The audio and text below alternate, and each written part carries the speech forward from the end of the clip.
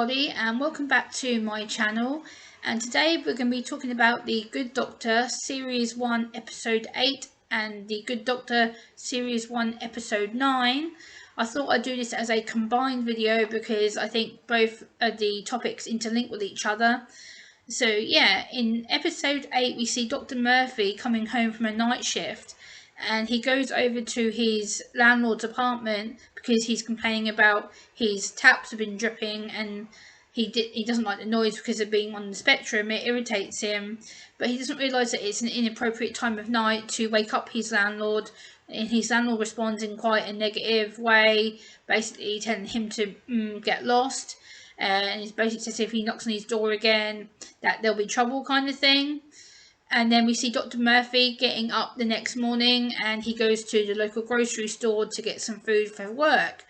And when he gets to the store, there's a gunman that's there, and basically the gunman is threatening to shoot people, and the gunman demands for Dr. Murphy to hand over his wallet. And Dr. Murphy at that point just freezes because he doesn't know what to do with the situation, because obviously it's the information processing and having to think about what to do, the best action, the appropriate way to behave in that emergency situation.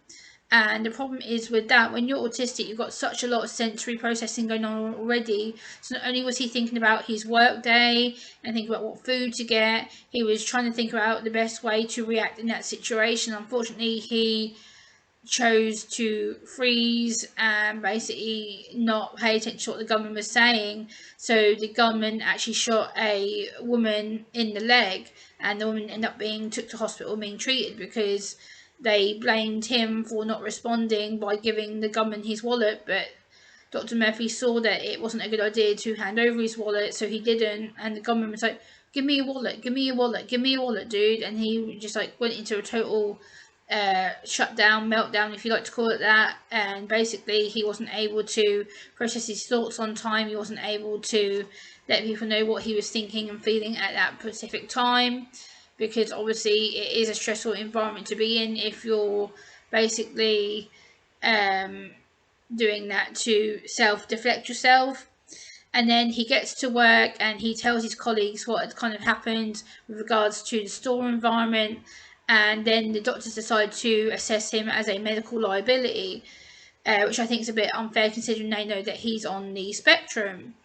And I think that they made this judgment based on his autism and his lack of communication at that time, and they basically call his reputation into question, which I feel that the doctors and the medical registrars in this episode had very little awareness on autism.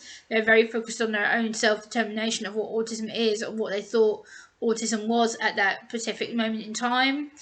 And then when it comes to Dr. Murphy treating patients, they were very against him treating patients. They didn't want him being near patients because of his medical judgment at that store, what happened and his actions for that. So I feel that this was just a lack of misjudgment. And yes, Dr. Murphy admitted to being wrong, that he should have acted sooner. He should have done something to help the situation diffuse it, or help to make it less volatile for the situation.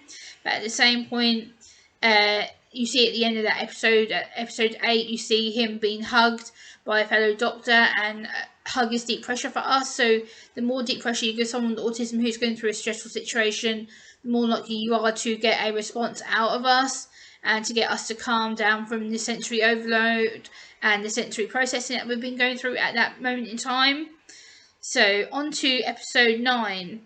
Episode 9, they begin by talking about loneliness for people. So again, loneliness with autism again can be related to the last episode I was talking about, because when you feel lonely and you're isolated and you're different, and you know full well that you don't act the same way as the neurotypical people, who are the non-autistic people, non-disabled people per se. People on the spectrum often get really, really lonely, but more in depth than the neurotypical person, because it's not just about being lonely, it's about being isolated, frustrated, confused as to why we're lonely, confused as to why people don't want to be near us or coming to talk to us.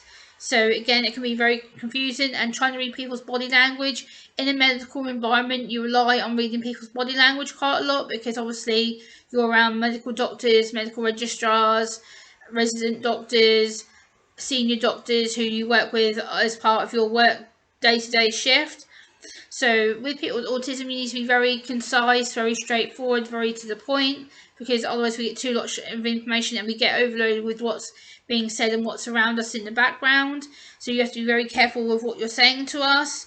So sometimes it can be the principal of the hospital, for example, the principal of the hospital with Dr. Murphy in this case was able to understand what he was going through, able to offer him results and strategies to self-cope better. And it's better to give us our independent time to think and process and reason with you before assuming something's wrong with us or that we need help, because we have so much going on in our heads, we just want to be left alone to process it. And I think this is a good way to make sure you know more about autism. And in that situation, Dr. Murphy and the president of the hospital, Dr. Glassman, were able to successfully communicate with each other. So again, it's just about communication and trusting each other. So I hope you found this video helpful. Please like, comment, share and subscribe, and I'll be back next time. Bye!